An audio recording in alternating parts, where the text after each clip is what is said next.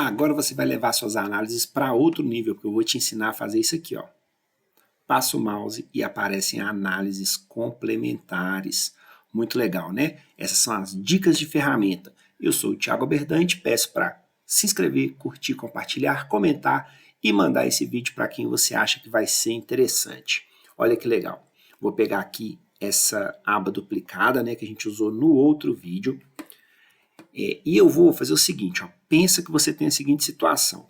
Eu tenho aqui um gráfico de faturamento líquido e custo por categoria de produto. Mas eu não consigo bater o olho aqui agora e saber qual que é a quantidade vendida desses produtos por mês. Então eu teria que fazer ou talvez alguns filtros, ou talvez criar novas medidas, né? Mas eu posso fazer, igual eu mostrei para vocês aqui na aba anterior. Se eu passar o mouse, eu consigo ver que do Casein Protein eu vendi 152 e como que isso está distribuído ali ao longo do tempo. 44 em janeiro, 44 em abril e por aí vai. E essa funcionalidade se chama dica de ferramenta ou tooltip, né? Quando você passa o mouse e ele traz aí para você uma informação complementar. Como padrão, ele tem esse tooltip aqui, que ele vai te mostrar, por exemplo, qual que é o nome da categoria, qual que é o valor. Ele já vem de certa forma padrão, mas a gente pode personalizar isso de uma forma bem legal. Então, olha que interessante. A primeira coisa que eu preciso fazer é criar uma página de dica de ferramenta, né? Eu já criei aqui, mas vou criar do zero para vocês verem.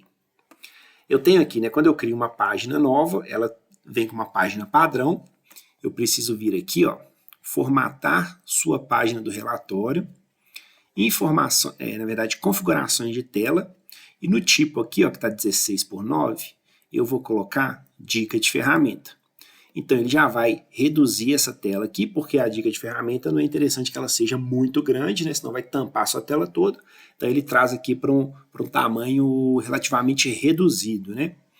O que eu gosto de fazer? Eu gosto de criar um plano de fundo para essa tela aqui também, igual eu faço para o Power BI. Eu uso o Figma para isso, mas você pode usar a ferramenta que você se sentir mais à vontade.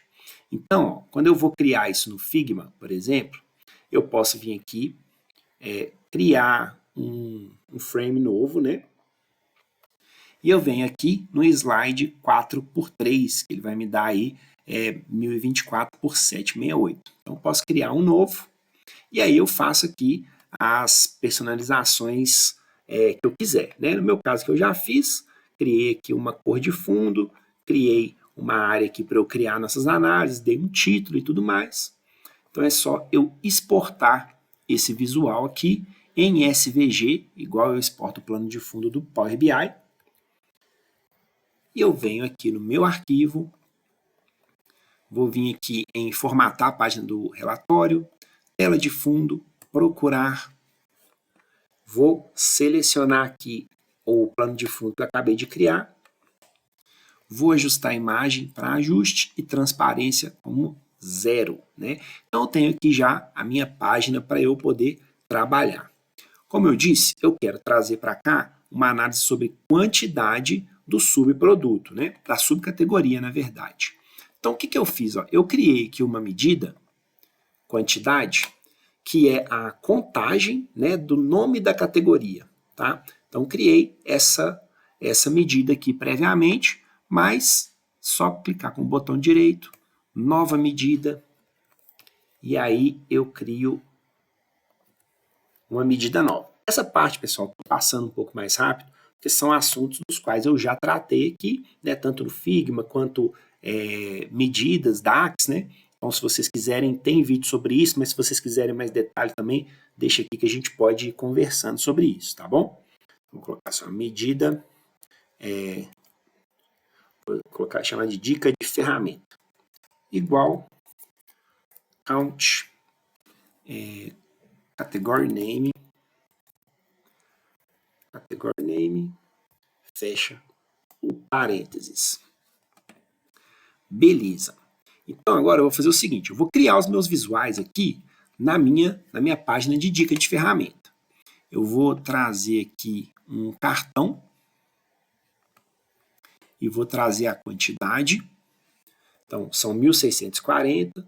Eu vou ajustar ele aqui para ficar um pouco menor. Eu vou tirar o nome aqui também para a gente poder ganhar espaço. E eu vou colocar aqui também uma análise temporal. Então, eu vou pegar um gráfico, pode ser esse aqui, ó, um gráfico de área. Vou trazer ele para cá, vou ajustar o tamanho dele aqui. E eu vou analisar aqui a minha quantidade DF, né? Minha quantidade de dica de ferramenta por order date. Então, ele já traz aqui para a gente, eu vou só subir aqui os níveis, vou deixar por mês. Aí aqui é só eu configurar para poder aparecer o mês. E agora, pessoal, isso aqui é ajuste de visual, tá? Então, ó, vou clicar no meu gráfico, vou deixar ele mais fácil de ler, vou tirar o título, vou tirar também o título aqui dos eixos, o valor também, vou colocar aqui um rótulo de dados,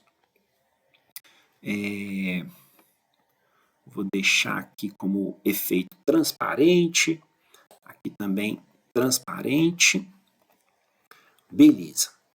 Olha que interessante, nessa página aqui estão os dados gerais, né? Eu contei, né, na minha medida, eu contei a quantidade de category name, né, quantidade de nomes de categoria, e ele está me falando aqui que tem 1.640 linhas, né, com os nomes das categorias.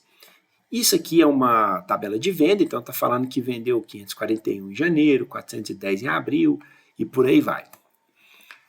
Qual que é o interessante da dica de ferramenta? Uma coisa muito legal é o seguinte, quando eu associar essa dica de ferramenta ao meu gráfico, ele vai filtrar esses números aqui para a categoria do meu gráfico. Então é como se eu estivesse criando um filtro aqui, um filtro qualquer, e colocando category name. E aí, ó, vamos supor, eu tenho 1.640, eu quero saber quantos aminoácidos. Ele vai filtrar aqui para mim, né? Então, daqueles 1.640, está falando que são 210, 82, 50, 31, etc. Carbs também, mesma coisa. O que ele vai fazer na dica de ferramenta lá no gráfico é exatamente isso, tá, pessoal? Então, vamos fazer agora a nossa associação. Eu vou vir aqui no meu gráfico, olha como é que é simples. Vou selecionar o gráfico que eu quero utilizar, vou vir aqui em formatar o visual, geral, dica de ferramenta. Ele tem que estar habilitado, tá? Se ele tiver, do jeito que ele está aqui habilitado, ele está padrão, se eu passar o mouse aqui ele vai trazer algumas informações, se eu desabilitar, ele vai parar de trazer essas informações, e agora a gente vai fazer o seguinte, ó, vamos personalizar essa dica de ferramenta.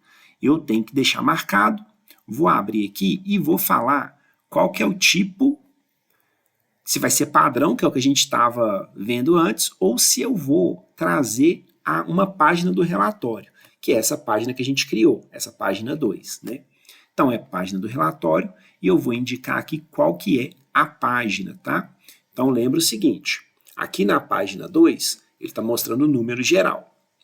Quando eu passar o mouse em cima aqui das minhas categorias, ele vai trazer aquela mesma página, só com os dados filtrados. Olha que legal. Casein Protein, são 152 nomes de categoria, e a venda aqui por mês, 44, 44, 32, Whey Protein é a mesma coisa, aqui é a mesma coisa, né? Bem legal. Então, se eu posso subir aqui também, aqui ele já vai trazer exatamente o nome da categoria. Então, perceba o seguinte, nessa hierarquia aqui, eu estou vendo o nome da categoria, é exatamente o que está filtrando lá, o que eu estou contando. Então, são 752 proteínas, e dividida desse jeito. Agora, quando eu expando aqui a minha hierarquia, daquelas 700 categorias, elas estão divididas em casein protein, whey protein, egg protein, e como que isso está dividido aí ao longo dos meses. Muito legal, né? Eu gosto muito dessa funcionalidade, principalmente se eu quero análises auxiliares, coisas que eu não preciso ter na tela imediatamente, mas é interessante eu conseguir acessar quando eu quiser. Espero que vocês tenham gostado. Se gostou, deixa o like, se inscreve, manda para todo mundo aí. E se vocês ficaram com alguma dúvida, querem ver algum conteúdo diferente, deixa nos comentários que eu vou gravando para vocês. Grande abraço e até mais.